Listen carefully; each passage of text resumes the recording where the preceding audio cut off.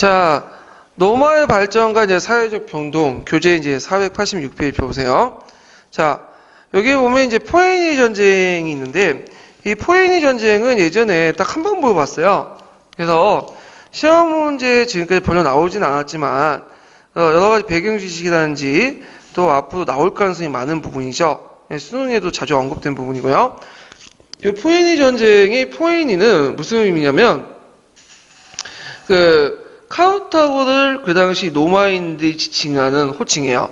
그래서 카르타고는 페니키아 시민 도시였죠. 그래서 페니키아를 이제 노마인들이 포에니라고 했거든요. 그래서 카르타고도 포에니라고 이제 지칭을 했다. 예. 그래서 이 포에니 카르타고하고 싸웠던 전쟁, 그래서 포에니 전쟁이라는 명칭을 붙이게 된 거죠. 그래서 이 포에니 전쟁은 120년 동안 세 차례에 걸쳐가지고 이제 진행이 됐어요. 그래가지고 이 포에니 전쟁의 결과 이제 그 로마는 서부 지중해 패권을 장악하게 되고요. 그 다음에 뒤에 있는 이제 마케도니아와 또 전쟁을 또 하죠. 그리고 이제 시리아, 이집트 등등 해서 동부 지중해까지 장악을 하게 돼요. 자, 그럼 포에니 전쟁의 이제 원인, 배경을 보면 원래는 이제 초창기 때 로마하고 카르타고는 그렇게 싸울 일이 없었어요. 왜냐면 로마는 그 당시에 이제 도시국가였고 농업을 기본하고 있었고, 그 다음에 카르타고는 해상 무역을 주로 했었고, 위치상으로 볼 때도 오늘날 티니지 쪽에 있었죠.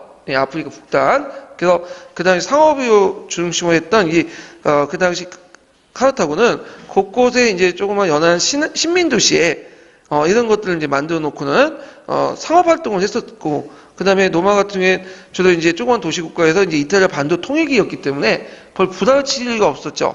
그래서 서로 간의 영향을 이제 존중해 주는데, 근데 이탈리아 반도 이후에 상황이 달라졌죠. 그래서 이제 로마는 농업국가에서 벗어나서 상업국가로 이제 변신을 하려고 했어요. 특히 지중해 무역을 통해서 이제 부를 획득하려고 했는데, 이 당시 지중해 패권을 장악하고 있었던 나라가 카르타고예요. 그래서 이 카르타고와 충돌할 수밖에 없었다. 이렇게 포에니 전쟁의 배경이 되고요. 자, 카르타고를 좀 볼게요. 이 카르타고는 그 당시 페니키아 신민 도시예요. 그래갖고 그 티니지 북쪽에 있는 도시국가지만 이 도시국가뿐만 아니라 시칠리아 섬이나 이베리아 반도, 북아프리카 등을 거쳐갖고 여러 신민 도시를 또 거느리고 있었죠. 자체적으로. 그래서 집정관 2명이 통치했었고 민회가 있었고요. 그 다음에 군사적으로 볼 때는 정치와 군사가 구분됐고 군대가 잡다한 인종으로 구성된 용병으로 구성되어 있었다. 예. 특히 이제 카르타고의 이제 주력 부대는 그 카르타고 밑에 북아프리카 누미디아라는 지역이 있어요. 그래서 누미디아 기병대가 이제 주력 부대였죠. 해상 무역이 발전됐다. 이렇게 이제 보시면 되고요. 자, 1차 포에니 전쟁을 볼게요. 자, 1차 포에니 전쟁의 이제 전쟁터는 그 이탈리아 반도 남쪽 끝이었던 시칠리아 섬이었죠. 그래서 이제 이때 시칠리아의 그 그리스 신민 도시였던 메시나와 시라쿠사가서 싸움이 있었어요.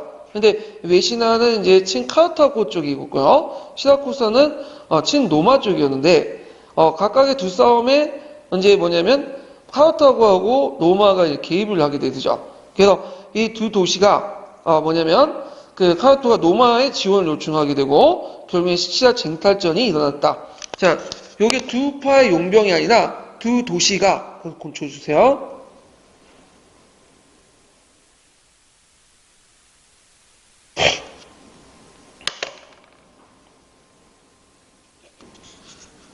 자, 그 결과 그 당시 이제 그 1차 포에니 전쟁의 결과 로마가 승리하게 되죠. 그래서 지중해 세계를 통합한 대제국 기반을 마련했고요.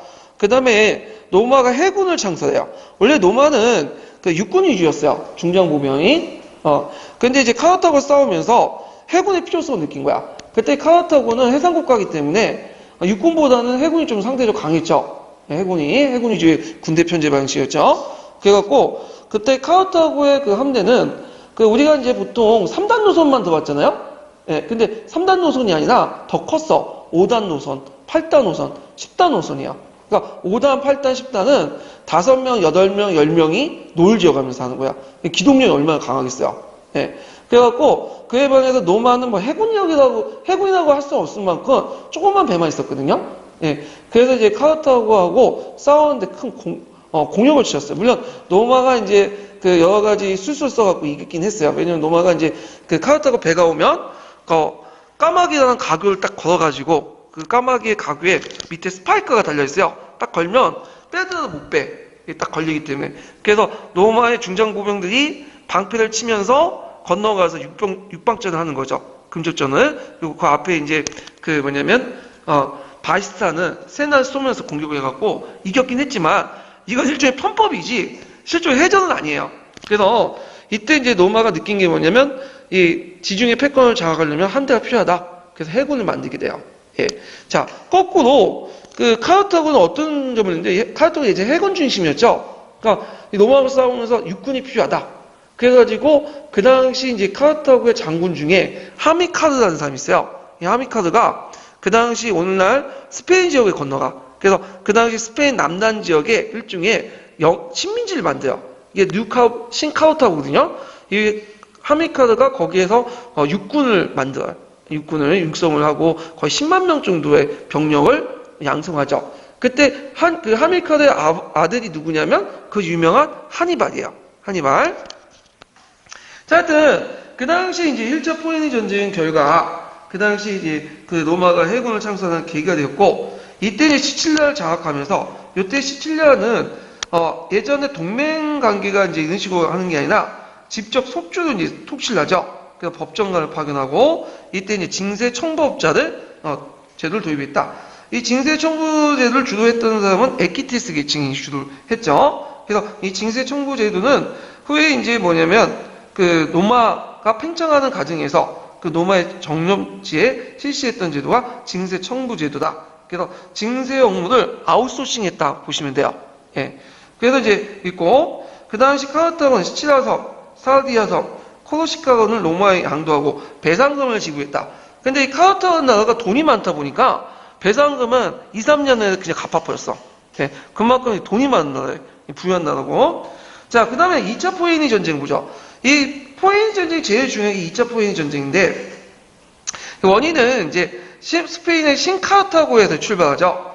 그 아까 얘기한 것처럼 그 당시 이제 그 하니발의 아버지가 그 신카르타고 그러니까 그 하니발의 아버지가 하밀카르인데 하밀카르 바르카인데 이 사람이 이제 그 스페인 지역으로 들어가서 스페인 남부 지역을 장악을 해요. 그래갖고 여기에 신카르타고를 세우고 식민지를 만들고 거기에 육군을 양성한다고 했죠. 이 사람의 목표는 뭐냐면 노마로부터 원수를 갚는 거야.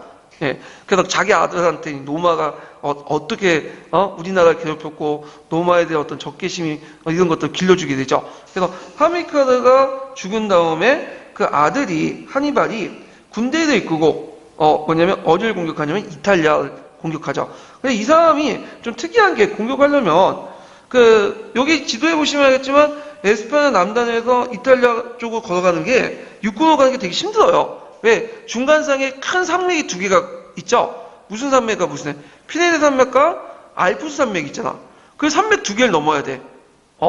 그런데 그러면 우리가 생각할 때 요거보다는 해군 쪽으로 가는 게 있죠. 바다로 건너가면 되잖아. 근데 그 당시에 바다로 건너갈 수가 없었어. 왜 그러냐면 해상권을 누가 장악하고 있었냐면 로마군이 장악하고 있었기 때문에 바다는 건너가지 못하고 그 한 10만 명 정도의 병력을 이끌고 그래서 이제 그 뭐냐면 코끼리 부대를 이끌고 10만 명 정도의 병력과 함께 그 당시 피레네 산맥과 그 다음에 저기 알프스 산맥을 넘어서 이탈리아 북부 쪽으로 공격해 들어와요.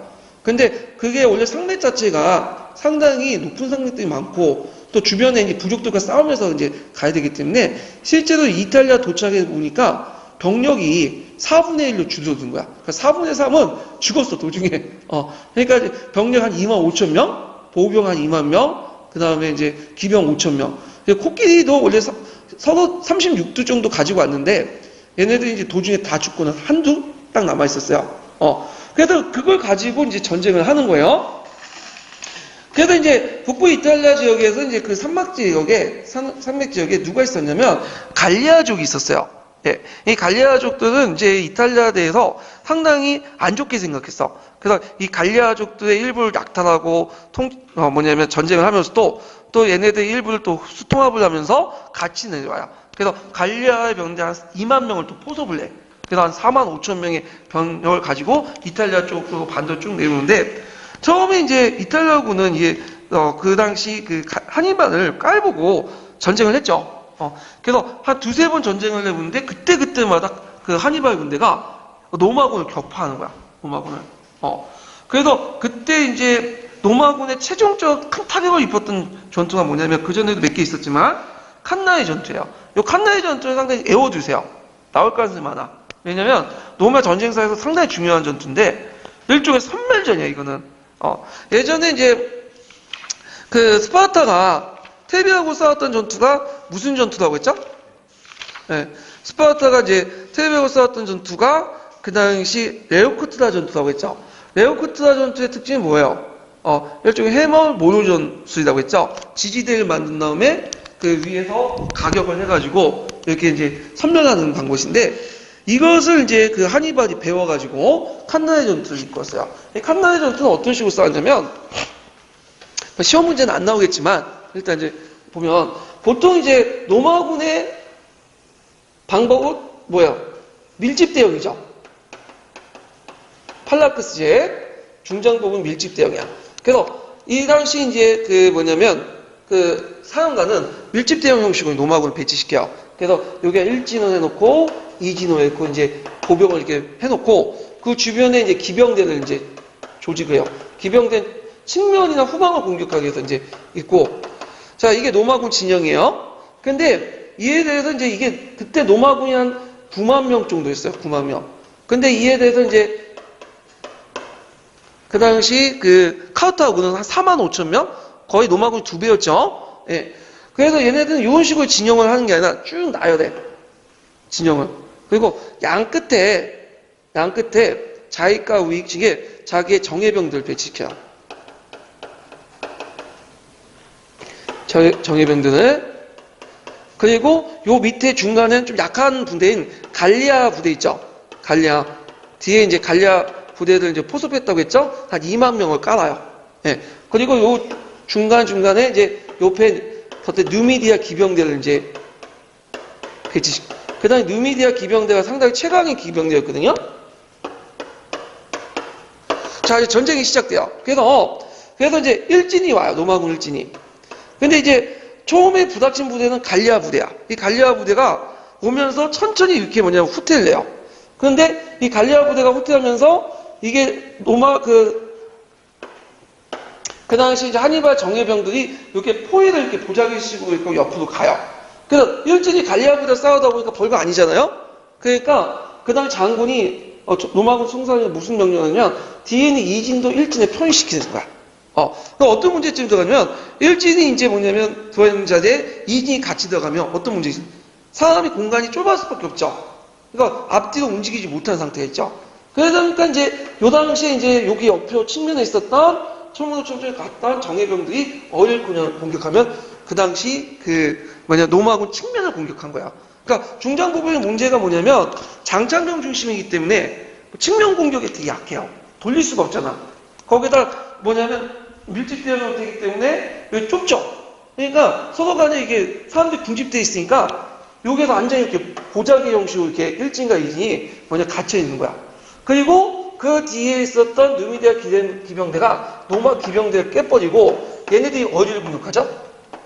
뒤를 공격한 거야. 그러니까 얘네들이 방패망으로 해갖고 모돌을 하고 그 다음에 뒤에 기병대가 치는 거야.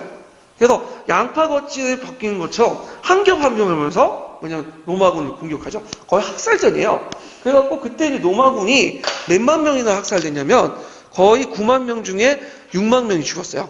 그리고 거의 15,000명이 포로로 잡히고 간신히 이제 도망을 갔어. 한 10,000명. 이게 스캠피어가 이제 이끌었던 부대인데, 자, 그래서 이제 이 칸나의 전투는 그 당시 선멸전에 구가서서 그 당시 이제 전쟁사는 상당히 중요한 거야. 자, 칸나의 전투 이후에 이제 로마군이 이제 병력이 없겠죠. 그러면 그 당시 하니발이 로마를 직접 공격했으면 되는데 로마를 직접 공격 안 했어요. 그래서 오히려 로마 주변만 휩쓰고 다닌 거야. 왜 그렇게 생각을 했냐면 그 당시 그런 전술을 펼쳤던 이유가 뭐냐면 로마가 동맹시로부터 배신을 받아갖고 자연스럽게 항복할 것이다. 동맹시가 자기한테 붙을 것이다. 그런 생각을 하게 된 거죠. 근데 의외로 로마의 동맹시들은 배신을 안 했어. 누구한테 끝까지 싸웠죠? 로마 편에 위해서 싸운 거야. 로마 동맹시들이 끝까지 배신 안 했던 것은 무슨 정책이냐면 시민권 정책. 그래서 이 당시 로마는 시민권 정책을 절저히 이용해서 동맹시를 자기 편으로 막 만들어 놓은 거야. 그러니까 이제 이때 유명한 장수가 독재가에 등장 파피우스라는 사람이 있어요. 이 파피우스는 이제 하니발 군대하고 싸우는 거는 병신 같은 짓이다. 하니발은 전술의 천재이기 때문에 그 사람하고 싸우는 것보다는 직접적으로 부닥치는 것보다는 어떻게 하자? 회피하자. 지원하자. 그래서 하니발하고 직접 싸우지 않아요. 하니발 군대 가면 도망가잖아. 후방하면 약간 치고. 그래서 시간을 질질 끌어. 그러면 문제는 시간이 질질 끌면 하니발한테 상당히 불리하죠. 왜 불리하겠어요? 하니발은 지금 이탈리아 국내에서 시도코 다니고 있잖아. 보급이나 이런 것들 받을 수 있어요, 없어요? 없죠. 그리고 해상이 다 봉쇄되어 있기 때문에 카르타고 본국부터 보급이 못 받아.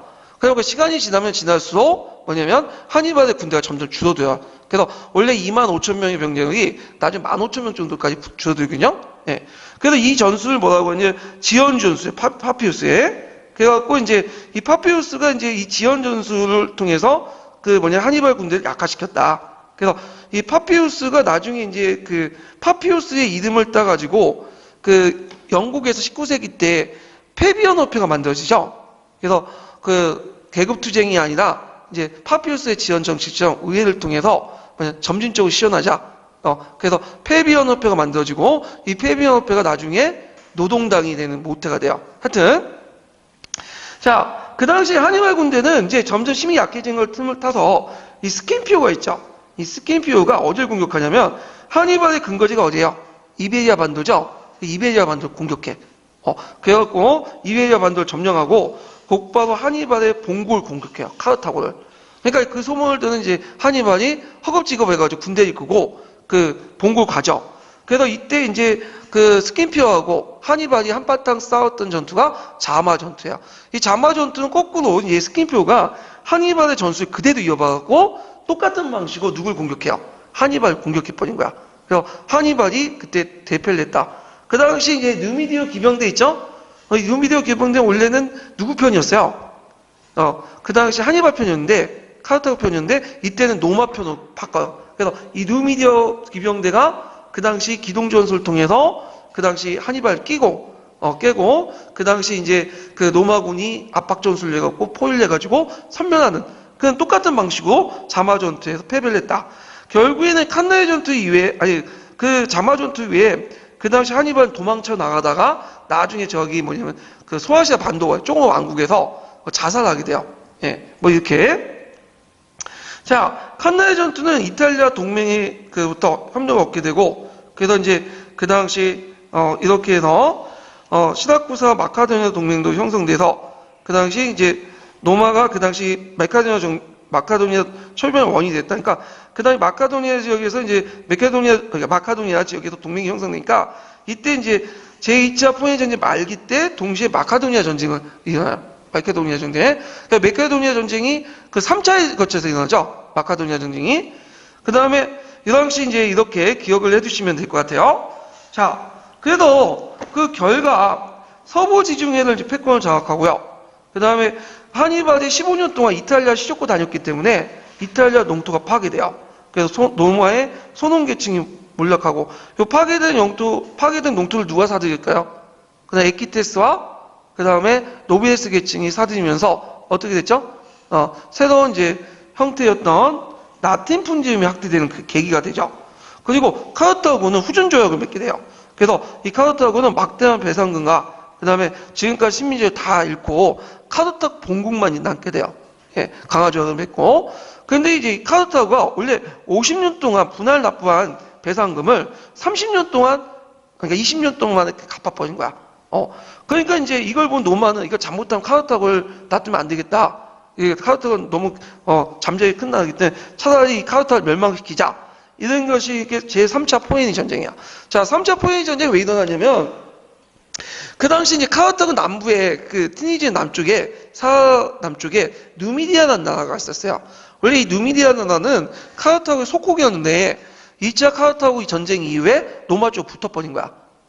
그래서 이 카르타고 누미디아 나라가 이제 있었는데 로마가 이 누미디아 나라를 와가지고 선동을 해갖고 그 당시 누미디아가 어디를 공격하면 카르타고를 계속 공격을 해요. 그러니까 카르타고는 그 당시 대응하고 싶어도 대응을 못해. 왜냐하면 그 강화조약 내용에 전쟁을 할 경우에는 로마의 허가를 받아야 된다. 그 내용이 있기 때문에. 근데 그 당시 로마한테 이제 부탁을 해갖고 누미디아가 공격하니까 좀 도와달라, 전쟁을 해달라 했는데 로마가 계속 허가를 안 내주는 거야. 그러니까 이제 참다 해가지고 결국에는 누미디아하고 한판 붙은 거야. 물리쳤어. 근데 문제는 이걸 본 로마가 강화조약 위반이다 하면서 군대를 입고 공격해 온 거죠. 그러니까 이제 이거에 대해서 이제 그 카르타고가 협상을 제의한 거죠. 군대 좀 물려달라 이렇게 요구하니까 로마가 그럼 군대를 물려주는 대신에 그 카르타고에 있는 모든 무기를 다 로마군에 넘겨라. 그럼 여러분들 로마군한테 넘기면 안 되겠죠, 그걸? 근데 카르타고가 넘겨버린 거야. 그러니까 그건 이제 카르타고가 이제 무방비 상태에 있다 보니까 이 틈을 트사서 약속을 무시해버리고 카르타고를 포위해버린 거죠. 그때 카르타고가 거의 3년 동안 싸웠어. 3년 동안. 결국에는 거길 이제 멸망을 시켰죠. 그때 카르타고 인구가 25만 명 정도 되는데 20만 명을 학살했다고 그래요. 5만 명 정도. 여자나 어린애건 다 노예로 갖다 팔고 카르타고에 삶을 살지 못하도 거기에 소금을 쫙 뿌렸다고 그래요. 그래서 150년 동안 카르타고가 이제 폐허가 됐는데 그래서 이때 이제 카르타고가 멸망을 했다. 그래서 이때 세 차례 거쳐갖고 포에니 전쟁 결과 결국에는 뭐다? 서부 지중해의 패권을 장악했고요. 그 다음에 동부 지중해 패권 장악 과정을 볼게요.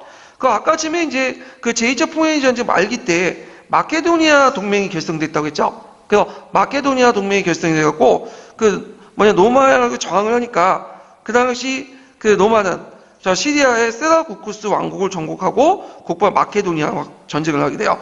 이때 마케도니아와 전쟁에서 세 번에 거쳐서 마케도니아 전쟁이 일어나죠. 제1차, 제2차, 제3차 마케도니아 전쟁이 일어나는데 이 자세한 내용은 서강에 있어요. 근데 굳이 이 마케도니아 전쟁까지 볼 필요는 없고요. 결국에 이 마케도니아 전쟁 결과 로마가 마케도니아와 그리스 일대를 장악하게 되고요. 결국에는 나중에는 이제 페르가몬과 노데스가 속주화되고 악티움 해전을 계기로 해서 이집트까지 점령하게 되죠. 그래서 이 악티움 해전이 끝나고 나서 동부 지중해 또한 누구한테 넘어가게 되죠? 로마한테 넘어가게 돼요. 그래서 이제는 지중해가 뭐가 되는 거야? 로마의 호수가 됐다. 예. 자, 사회적 변동 볼게요.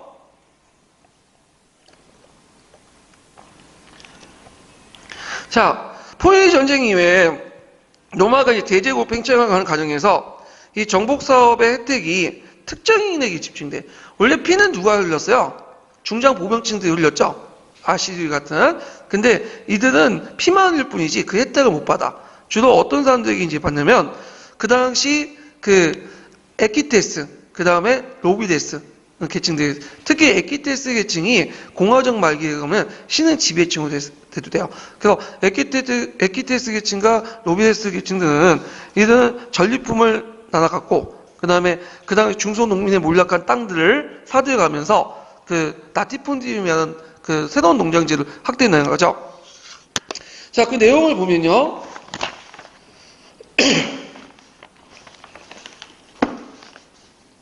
자, 자연농민의 몰락과 상공의 번영을 보면 장기간의 군복무에서 자연농민이 몰락하고 특히 백인대의 보병 1등급 중장보병이었던 아시리 계층들이 점점 이제 뭐냐면 자격이 상실되고 이들이 무상가 계층으로 전락하죠. 그래서 이들을 이제 프롤레타리아 계급이라고 하죠. 이 프롤레타리아 계급들은 자기 농토를 버리고 어디로 가요? 도시로 몰려가요. 도시 빈민이 되고요. 그 다음에 특히 포에니 2차 전쟁 때 그 당시 그 하니발이 15년 동안 로마 영토를 시쫓고 다녔죠. 그래서 농지가 이제 황폐화됐고 그러면서 이런 그 여러 가지 문제점이 일어났다. 이거 좀 기억을 해두시면 되고 그 과정에서 이제 원래는 로마는 징집병이었는데 징집병이 기피하고 그 다음에 일부 계층이 소작이나 됐다. 그러니까 이제 요때 이제 콜론나투스라는 제도가 조금씩 등장해요. 근데 아직까지 콜론나투스 제도는 주요 제도는 아니었고요. 주요 제도는 뭐였죠? 라티푼디움이었죠. 콜로나투스가 주요 제도가 된 것은, 콜로노스를 통해 주요 제도가 된 것은 나중에 제정 후기 때, 중후기 때 얘기고요. 그래서 이 빈민들이 모여들면서 로마에 유입된 사회 불안을 야기하고, 그리고 이 빈민들은 투표권을 가지고 있죠. 그래서 그 사람들의 인기에 끌려고 그 당시 돈 많은 군인들이나 그 다음에 그 상인들은 그들에게 뭘 제공하죠? 빵과 서커스를 제공해.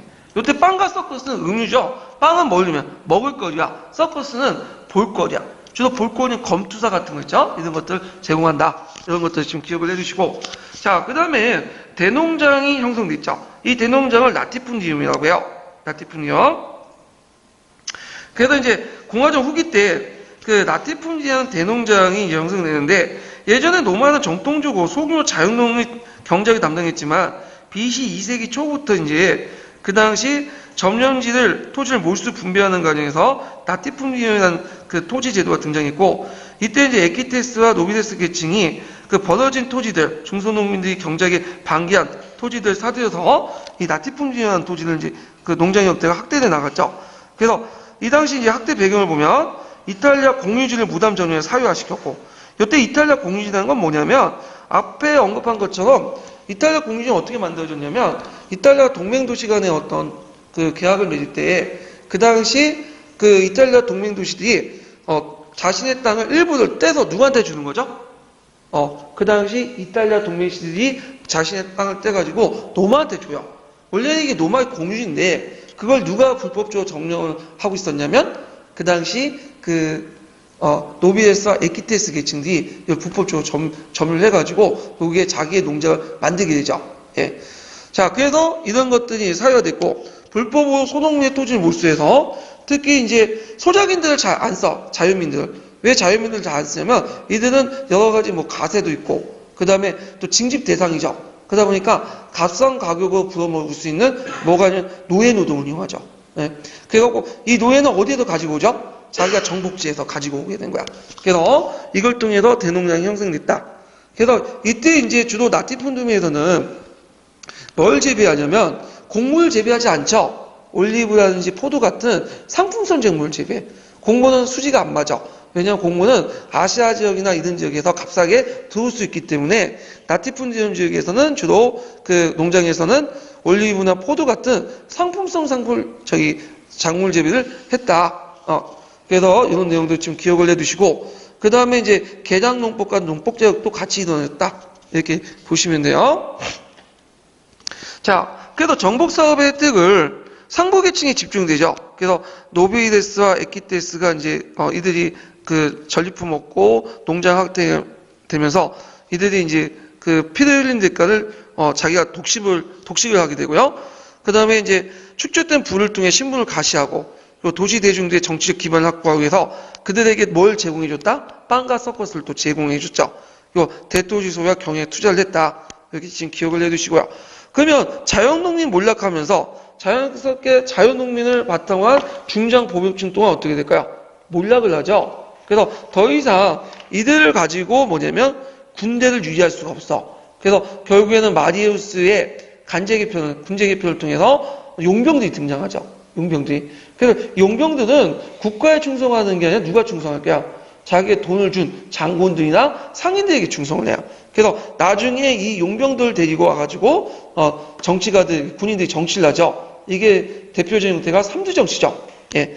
그 다음 사회혼란이 일어나죠. 빈부격차가 일어나고 사치가 유행하고, 그 다음에 이탈리아 남부 지역에서 노예반란도 일어나요. 그래서 우리가 이제 알 수 있는 대표적인 노예반란이 스파르타쿠스의 반란이죠. 그래서 검투사들이 반란을 일으켰는데 그 당시 남부 이탈리아를 통해서 거기를 장악하고 했지만 그 2년간의 남부 이탈리아 지역을 시족하다 했지만 결국에는 로마군에 의해서 진압당했다. 네, 이렇게 좀 기억을 해두시면 될 것 같아요. 그 다음에 이제 그 문제 풀면서 아까쯤 얘기했던 동맹시 전쟁 있죠. 그래서 그 당시 동맹시 전쟁도 있었는데 이때 로마 시민권을 부여하고 진압하는 데 성공하면서 이걸 계기해서 그 당시 로마 시민권이 확대됐다.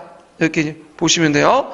자, 그러면 관련된 그 문제를 이제 풀어볼게요. 자, 그 기출문제 174페이지 펴보세요. 173페이지부터 한번 볼게요. 173페이지. 4번 볼게요.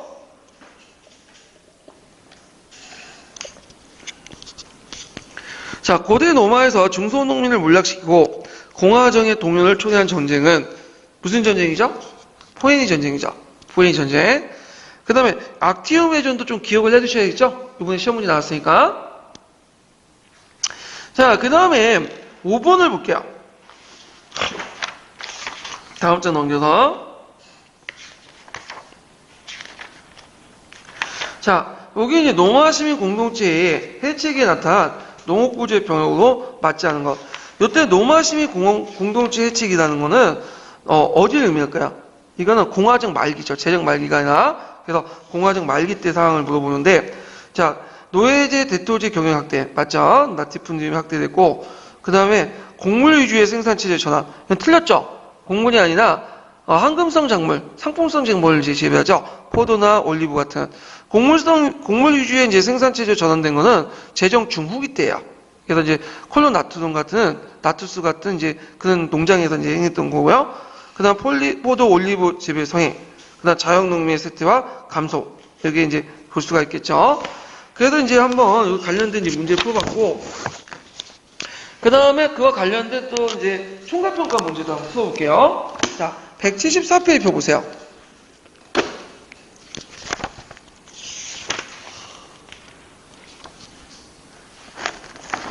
자, 174페이지 21번 문제 볼게요. 자, 박 교사는 다음과 같은 사료를 제시하면서 수업을 진행했다. 자, 기읍과 디귿의 리을에 들어갈 적절한 답변을 각각 서술해 보시오. 이렇게 했거든요. 자, 여기에 쭉 있는데, 이제 그들이 이렇게 한 것은 가장 근면하다고 하는 이탈리아 여러 민족의 인구를 늘려 그 가운데 많은 동맹인지를 얻기 위해 합니다. 그러나 그 결과는 정반대였다. 왜냐하면 유역자들이 정복한 땅의 대부분을 차지하고 나서 세월이 흘러도 그것을 잃게 되는 일이 없을 것 같아지자 그 주변이나 가난한 자의 땅을 가마원이서로 사들이거나 폭력을 뺏어다 그 넓이가 마치 대평원과 같이 되었다. 이거는 뭐와 관련된 거죠? 일단 노예를 이제 그러니까 라티푼디움이죠. 공화정 말기 때 상황이죠. 자, 그래서 이제 여기 보면 박교사의 내용을 보면요. 반응을 보면 다음 사료는 로마 말기 라티푼디움과 관련된 내용이다. 사료 밑줄친 유역자 중에 종전의 귀족들과 새로운 신흥 부유층은 각각 어느 계층일까? 자, 종전의 귀족층은 뭐죠? 노비데스. 그 다음에 새로운 부유한 계층도 뭐죠? 에키테스. 이렇게 쓰시면 되죠. 자, 그 다음에 잘 말했습니다. 신흥 부유층의 군사적 역할을 말해보고 부유해진 방법을 세 가지 말해보시오. 이렇게 있는데 그 당시에 등장했던 이 신흥 부유층들은 어떤 식으로 이제 돈을 모았냐? 그 내용들 보면요. 그 당시에 이제 해상무역이나 각종 공납업, 그 다음에 군대 수송, 이거 못하죠. 공목 토목공사, 그다음 속죄 징세 청구를 담당해서 그 당시 에키테스 계층들이 뭐냐면 부를 축적했죠. 원래 해상무역 각종 군납, 군대 소송, 공목 토목공사, 속죄 징세 청구는 원래는 원령 계층, 노비데스 계층이었어요. 근데 나중에 법이 개정돼 갖고 에키테스 계층들만 함으로써 이걸 에키테스들이 점담하게 되죠. 그래서 부를 축적할 수 있는 계기가 되었다. 이렇게 좀 기억을 해두시고요. 그 다음에 거기에 보면 이제 니은을 보면 디귿 했고 군사적 역할을 보면 기병이죠. 에키테스나 노비데스나. 그 다음에 마지막 라티푼디움이 제중 중후기 때 왜 쇠퇴한 이유를 말해보십시오. 자, 왜 쇠퇴했죠? 정복전쟁 및 영토확장이 중지되면서 노예 공급이 차단됐기 때문에 이렇게 쓰시면 돼요. 예. 그래서 이제 콜로나투스라는 그런 새로운 뭐냐면 농장제도가 등장을 하죠. 예. 자, 그래가지고 이렇게 해서 한번 관련된 문제를 풀어봤고요. 자, 그 다음 뒤에 넘어가서 그라코스 형제의 개혁을 볼게요. 자, 이 그라코스 형제의 개혁도 시험 문제 자주 나오는 부분이죠. 그래서 별표 한 두세 개 쳐놓고 이제 보시면 될 것 같아요. 자, 이 그라코스 형제는 그 일본 호민간이지만 평민계층은 아니에요. 이 사람들은 이제 뭐냐면 그 귀족계급이죠. 근데 귀족계급에도 불구하고 이 사람들은 이제 뭐냐면 그 전체 인민, 평민들의 이익을 대변했던 사람이에요. 그래서 이제 그학구 수용제 개혁의 배경을 보면요. 그 당시 신흥 보유층의 출현, 에키테스 같이 하는 신흥 보유층의 출현과 나티폰드의 유행, 나티폰드의 유행은 제2차 포메니 전쟁 이후에 확대됐죠. 그 다음에 자연농민층의 몰락, 그래서 중장보병을 바탕으로 한 시민군이 약화되고 사회분란이 조성되니까 새로운 중장보병층을 양성을 해가지고 뭐냐면 토지들 재분배를 통해서 새로운 중장보병을 양성하자. 그래서 토지 재분배를 통해서 자영농 육성하고 중장보병을 재건, 사회적 안정을 깨하려고 이렇게 했죠. 그래갖고 기존에 이제 그 몰락한 중장보병층들을 뭐냐면 새롭게 복원을 하기 위한 여러 가지 개혁 정책을 하게 되죠. 그래서 그들은 아실이라고 분류하는 재산 기준을 좀 더 낮춰가지고 그 징집 인원을 확보하고 그래서 나름대로 노력했지만 그게 이제 미봉책이기 때문에 제대로 안 됐죠. 그래서 이들을 이제 무산자 프롤레타리아 계급을 막기 위해서는 근본적인 해결책이 필요하다. 그래서 그들에게 뭘 나눠줘야 되죠? 무산자들에게 토지를 나눠줘야 되겠다. 그래서 결국에는 이제 그들에게 다시 생활 기반이자 재산 평가 근거인 토지들을 마련하기 위한 개혁을 했다. 이렇게 좀 기억을 해두시면 되겠죠. 자, 개혁은 티베리우스 개혁과 가이우스 개혁 두 차례에 걸쳐서 해요. 티베리우스는 그라쿠스의 형이고, 그라쿠스 형제 중에 형에 해당하고요. 가이우스는 동생이죠. 자, 티베리우스의 형의 개혁 보면, 티베리우스의 개혁을 보면 니키우스법의 제한을 넘어 불법으로 전면 토지를 몰수해서 무산 시민들에게 분배하는 농지법을 개혁을 제시해요. 그래서 이때 이제 그 계기가 됐던 그게 뭐냐면 그 당시 페르가몬이라는 왕이 있었어요. 페르가몬이라는 그 페르가몬이라는 왕국의 왕이었던 그 아테나스 3세가 죽으면서 유언을 남겼어. 자기 왕국의 땅을 기부한 거야, 노마에. 그래서 이 땅을 농민들에게 이제 재분배를 했죠. 그 다음에 일정 한도 이상의 땅을 국가에 반환하고 그 땅 또한 토지가 없는 농민들에게 반환을 하도록 했어요. 그리고 당연히 누구한테 반발을 하겠어요? 원로원 계층과 대지주들이 반발을 하죠. 예. 그래갖고 이 당시 이제 이들에 의해서 뭐냐면 티베리우스는 암살하게 돼요. 그래서 그 당시 이제 티베리우스 지지자 등 300명을 처형을 시키죠. 예. 자, 그 다음에 이제 다음 개혁을 이룬 가이우스인데 가이우스는 그 당시 생각하기에 형의 개혁을 보니까 왜 실패했냐? 그 당시 에키테스하고 그 다음에 노비데스 계층을 둘 다 적으로 만들어 놓은 거야. 그래서 이제 에키테스하고 노비데스 계층을 좀 대입을 시켜야 되겠다, 분립을 시켜야 되겠다. 그래서 그 당시 그 에키테스를 자기의 뭐냐면 지지하고 삼기 위해서 여러 가지 이제 뭐 조치를 취하죠. 여기는 안 나왔지만 그 조치를 보면 이 에키테스 기사 계층들을 그다음 노비데스 계층을 분리시켜서 특별한 신분의 표리를 부여하고요. 그 다음에 소아시아 징세 특권과 속주의 법적 배시원 자격을 원래는 노비데스 가지고 있었는데 이들에게 줘버려. 그래서 이제 원로원 계층과 대립을 만들게 해요. 그래서 자신들이 이제 뭐냐면 친구 만들고 그리고 이걸 바탕으로 해서 한눈만 패죠. 무슨 계층? 원로원 계층만 패기 시작해. 그리고 민중들의 지지를 받기 위해서 시장 가격보다 싸게 곡물 판매하는 것들을 하죠. 그래서 이 곡물법이라고 하는데 이게 예전에 시험 문제 나왔죠. 원래 공화정 말기 때는 그 소아시아 지역이나 아시아 지역에서 싼 곡물이 들어왔다고 했죠. 그래서 전반적으로 곡물이 가격이 낮아요. 근데 이 당시 가이우스가 집권했던 시기에는 살았던 시기에는 잠시 곡물 가격이 오를 때가 있어요. 그래갖고 시장 가격보다 좀 낮은 가격으로 곡물을 판매해서 그 당시 이제 무산자 계층 그러니까 빈민들이 나눠주고 그 다음에 카르타고 영토의 식민지를 건설해서 무사 시민들에게 이주시켜. 이 무산 시민들이 이주시킬 때 그냥 이주시킨 게 아니죠. 뭐도 땅도 주죠. 그 지역 일대에 땅도 같이 줘. 그리고 이제 그 아까 이렇게 나온 에키테스 계층을 벌쪽과 분리시켜 특별한 신분의 표리를 주고 그다음 그들에게 뭐 소아시아 징세 특권이나 속주 법정 배시원 같이 예를 노비데스 계층이 가지고 있었던 특권들을 주죠.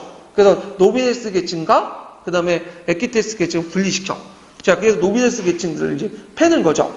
자, 근데 이 문제는 이게 실패하고 말아. 결정적으로 이제 이 가이우스 개혁이 왜 실패를 했냐 하면 그때 이탈리아 동맹 시에게 그 노마 시민권을 부여하려고 해요. 근데 이제 문제가 뭐냐면 이탈리아 동맹 시에게 노마 시민권을 부여할 경우에는 어떤 문제점이 생기냐면 이들이 노마 시민권을 받잖아요. 그러면 그 노마 시민권을 받는 즉시 그들은 이제 노마와 똑똑한 동등한 사람이 된 거예요. 그래서 예전에 노마시에게 줬던 그 자기 땅들 있죠. 이걸 돌려받게 되는 거야. 예. 그래서 노마시가 다른 도시와 동맹을 맺을 때 땅의 일부를 가져갔죠. 근데 이탈리아 동맹시들이 이제 노마 시민을 받으면 그 땅을 다시 노마가 돌려줘야 돼요. 예.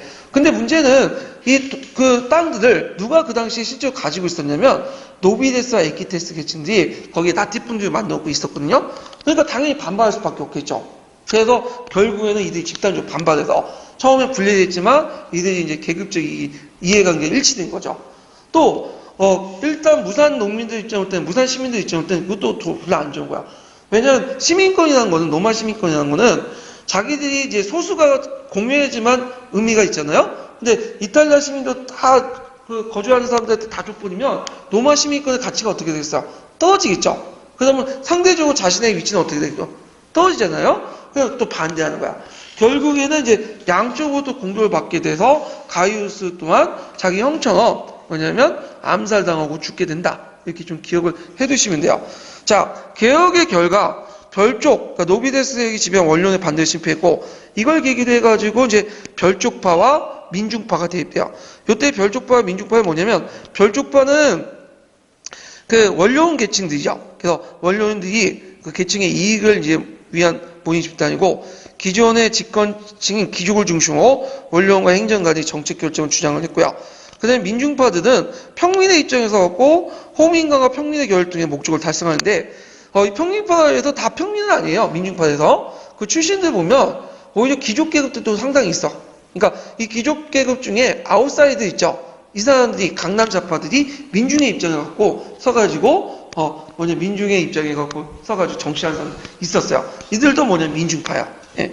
그래서 공화정 말기 때 별쪽파하고 민중파를 좀 나눠보면 별쪽파의 대표적인 사람이 이제 폼페이우스, 술라 이런 사람들이고요. 그다음 민중파의 대표적인 사람이 마리우스, 시저 이런 사람들이죠. 시저 같은 사람은 좀 귀족 가문 출신이지만 귀족의 이익이 아니라 민중의 이익을 통해서 민중의 이익을 대변했죠. 민중의 지지를 얻어갖고 황제가 되려고 했죠. 이 사람은요. 자, 그래서 그라코스 형제 개혁 관련된 내용들 한번 봤고, 그 다음에 그 관련된 이제 기출문제를 좀 풀어볼게요. 175페이지 펴보세요. 8번 문제.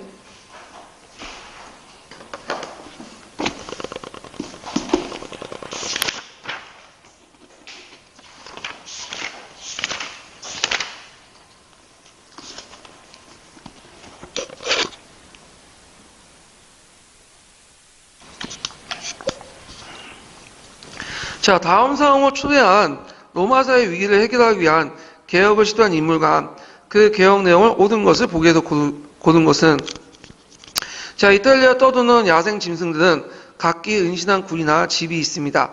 그러나 이탈리아 위에 싸우고 죽은 사람들은 공동의 공기와 햇빛을 항할 뿐 좀 있는데 이거는 이제 누가 연설했던 거냐면 티베리우스의 그라쿠스 형제가 연설한 거죠. 티베리우스 그라쿠스가. 그래서 이탈리아 위에 싸우고 죽은 사람들은 공동의 공기와 햇빛을 항할 뿐 정말 아무것도 가진 것이 없다.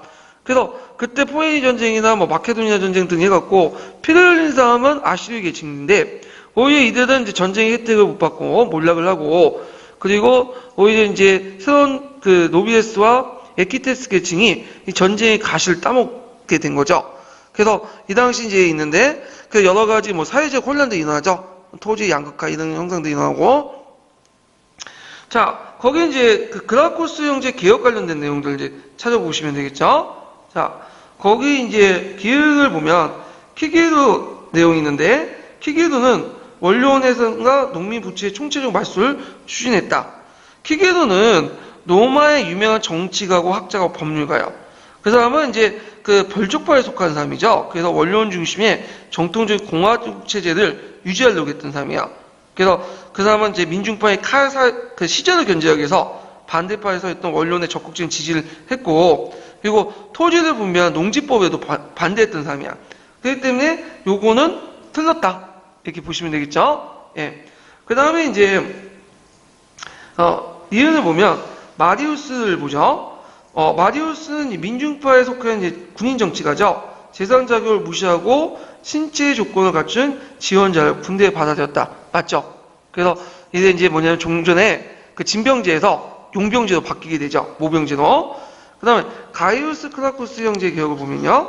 자, 거기 로마 시민들에게 곡물을 유상으로 공급하는 법안을 제안했다. 자, 요거는 이제 그 곡물법과 관련된 내용인데, 곡물법의 정확한 의미는 유상 공급의 법안인 게 아니라 낮은 가격을 한 거야. 시중 가격보다. 근데 이게 맞다고 돼 있으니까 일단 맞은 거예요. 예, 이거는 답이 5번으로 돼 있어요. 5번으로. 예, 그래가지고 일단은 맞는 걸로 치고 넘어갈게요. 그렇지만 정확한 의미는 유상을 공급하는 것이 아니라 정확한 의미는 시중 가격보다 낮은 가격으로 공급한 거다. 이렇게 기억을 해두시면 돼요.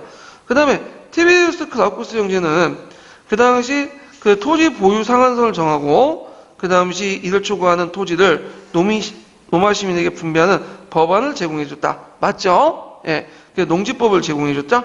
그래서 리은 디귿 리을. 예, 답이 5번이 되겠죠.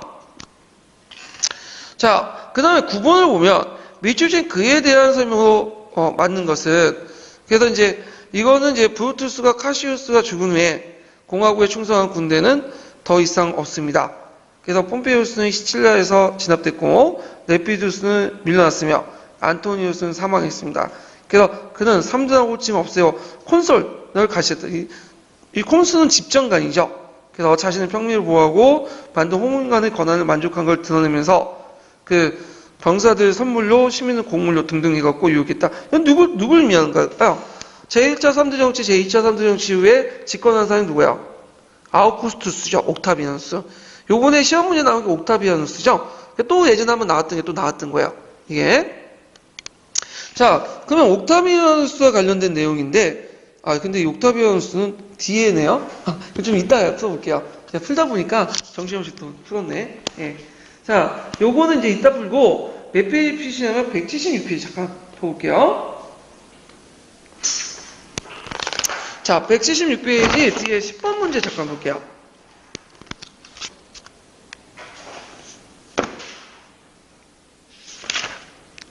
자, 다음 도표는 로마 시대 때 정치적 변화를 정리한 거다.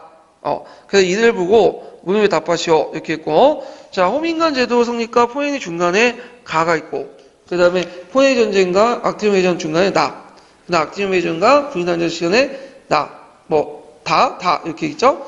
자, 로마의 정치적 변화 과정에서 경제적 운동은 상호 중요한 영향을 미쳤다. 가, 나, 다의 경제적 특징과 토지 소유 및 농업 경영과 관련해서 세류인을 쓰시오. 이렇게 했거든요. 가 시기 때는 이제 평민권 신장기죠. 자유농민들이 성장했고, 이탈리아 반도 통일기인데, 요때는 이제 점점 평민들이, 자유농민들이 형성되죠. 중소농민이. 그래서 이제 그 당시 대토지 경영 방지하고 평민의 토지 소유가 증가됐죠. 그렇지만 포에니 전쟁 나 이후에 유력한 유력자들이 대토지를 사유하고 이에 노예를 투입한 나티푼디움을 경영하고 농민들이 몰락하는 계기가 되고요. 그 다음 다는 군인항제 이유는 어떻게 해요? 유역자의 토지를 분할하고 대화하고 경제가 소작제 농장인 콜로나투스 제도가 확립됐다. 네. 그래서 요 과정들 쓰시면 되고, 자, 그 다음에 가나다의 경제적 변동과 관련해서 그라코스 형제가 실시한 개혁의 1번 내용과 목적을 내준 이내에 쓰시오. 자, 이 그라코스 형제 개혁은 어디에 해당한 거죠? 나시기 때 아티움 회전과 포에니 전쟁 그 중간 시기죠. 그 내용은 이제 유역자들에게 대토지를 사유하고 이를 노예에 투입해서 나티푼들 경영하고 농민이 몰락하는 그런 배경 아래 있었던 건데, 그러면 그라코스 형제가 실시한 개혁의 내용은 뭘 써야 되겠까요? 네. 그 당시 그걸 이제 쓰면 그 부호주의 공유지 정류 명주를 제한하고 이를 빈민들의 분배를 냈고요. 빈민들의 저고가 정책을 실시했고 신민주의 건설에서 무산 시민들의 이주 방안을 제시했다. 목적은 자연농민을 부흥시켜서 사회분할을 해소하고 그 다음에 노마의 군사력을 강화시키려고 해서 중장 보비층을 육성시키려고 했다. 이렇게 쓰시면 되겠죠? 자, 그래갖고 이제 10번 문제 풀어봤고 그 다음에 이제 관련된 총괄평가 문제를 좀 풀어볼게요. 자, 167페이지 펴보세요.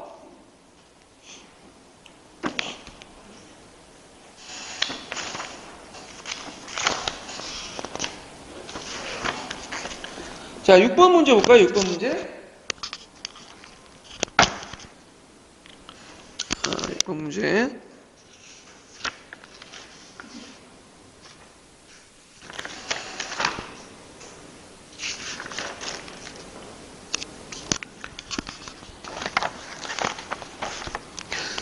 다음 가해법의 실시한 목적과 내용을 각각 서술해보고 이 글을 쓸 당시에 노마군의 평성과 계층 변화를 말해보시오.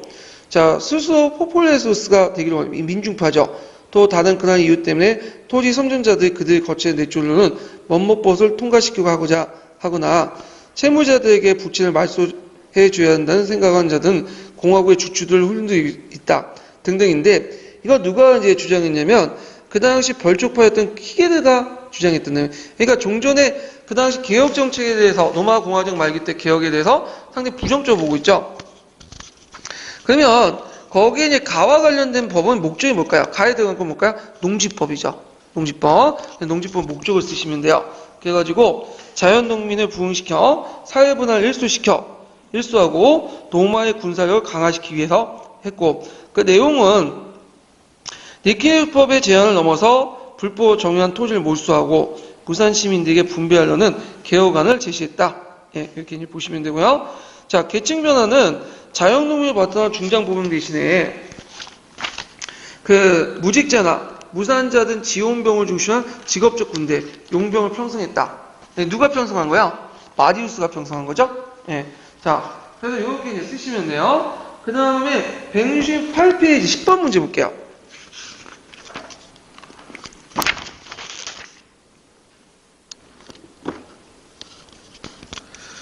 자, 다음은 그 로마공화정 말기 때 어느 정치가의 발언이다. 이 정치가를 써보고 미추치 형성이 발생한 사회경제적 배경을 말해보시오.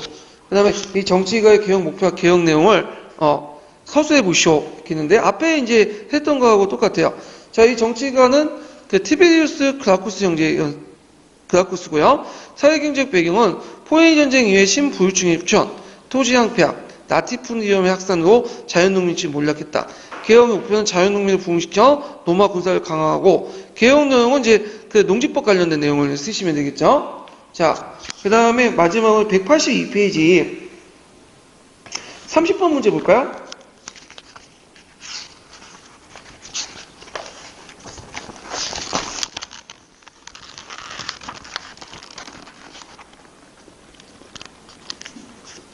자, 다음은 그라코스 형제의 개혁 내용이다. 자료를 읽고 작성 방법에 따라 답안을 작성해 보시오. 이렇게 했는데, 자, 여기 보면 자료에는 그 후 멀지 않아서 분쟁이 되는 토지를 제외하고 모든 토지 보유자가 매각하는 허용한 법이 통과되었다. 왜냐하면 그렇게 허용된 것은 티베리우스 그라코스가 시도되지 않았던 일이기 때문이다. 이렇게 있는데, 자, 자료 A는 꼭, 그 다음 자료 B는 먹을 식량이 부족하여 평일 빵이 없으니 주위에서 가난한 생활이 있고, 그 다음 자료 C는 그들과 다른 사람의 시신이 강에 던져지는 죽은 자가 3,000명 있다. 죽은 자들의 재산은 매각되어 국고로 들어갔다. 이렇게 있거든요.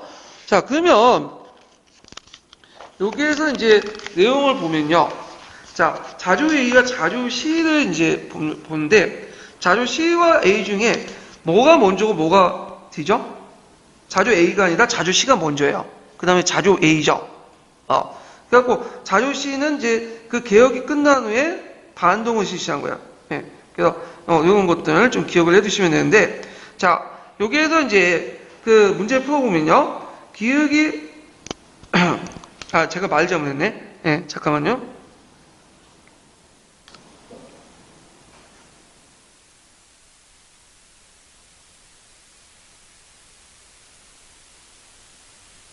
맞다. 예. 제가 착각했어요, 제가. 자, 읽어보면, 자료 A의 기획의 법은 무산된, 니은의 무산된 제정된 법의 내용을 쓰고, 그 다음에 니은의 개혁 목적을 쓰시오. 원래 티베리우스 그라코스 형제는 농지법을 만들었죠. 그래서 농지법을 만들어갖고, 불법적으로 정유한 공유지들을 몰수해서 누구한테 나눠주려고 했죠? 무산자들에게 나눠주려고 했죠.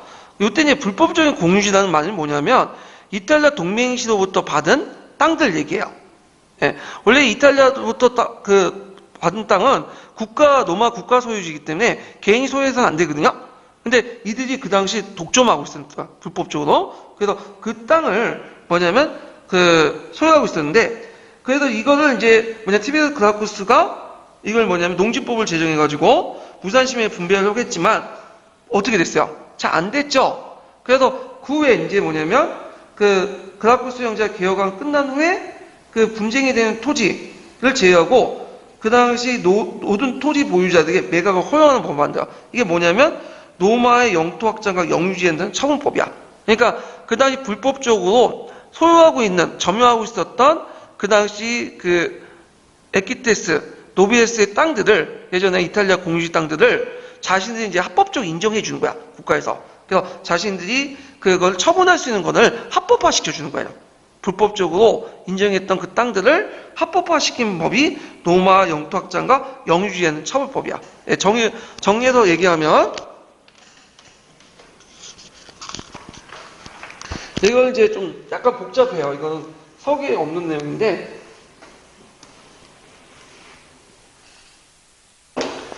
자, 이탈리아와 이제 노마와 다른 도시 구간에 이제 동맹을 맺을 때, 자기의 땅을 일부 토지를 떼서 누구한테 주죠?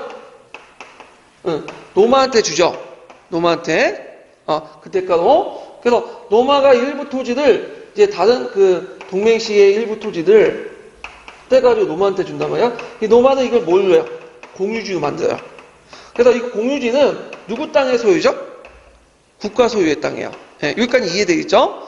근데 노마 공화정 말기 때 들어가면 이 공유지를 불법적으로 탈취해. 누가? 노비레스와 에키테스 계층이. 그래서 이 공유지에 뭘 만드냐면 나티푼지로 만들죠.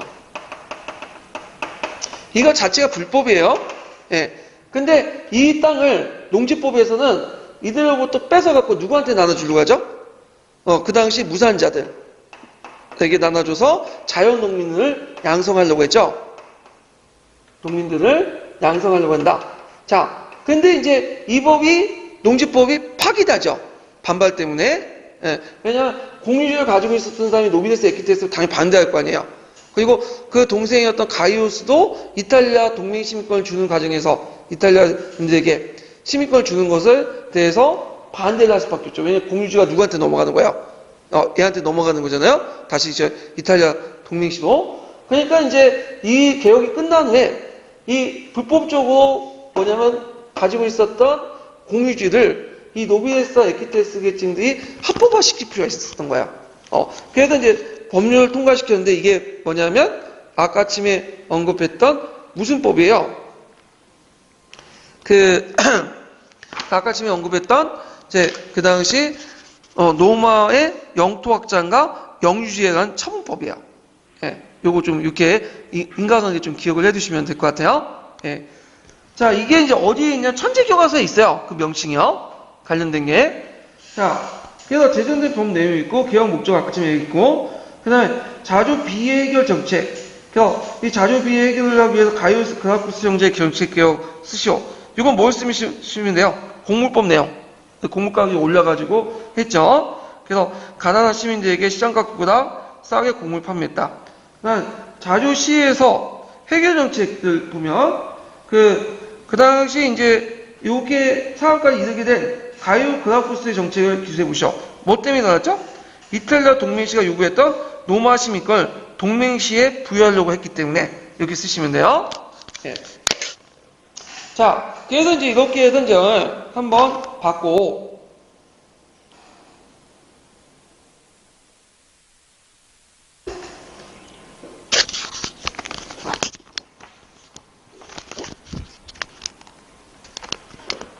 자, 군인 정치가 등장을 볼게요. 군인 정치가. 자, 이 군인 정치가의 등장 부분은 시간이 좀 됐으니까 좀 쉬었다 하죠. 그거는요.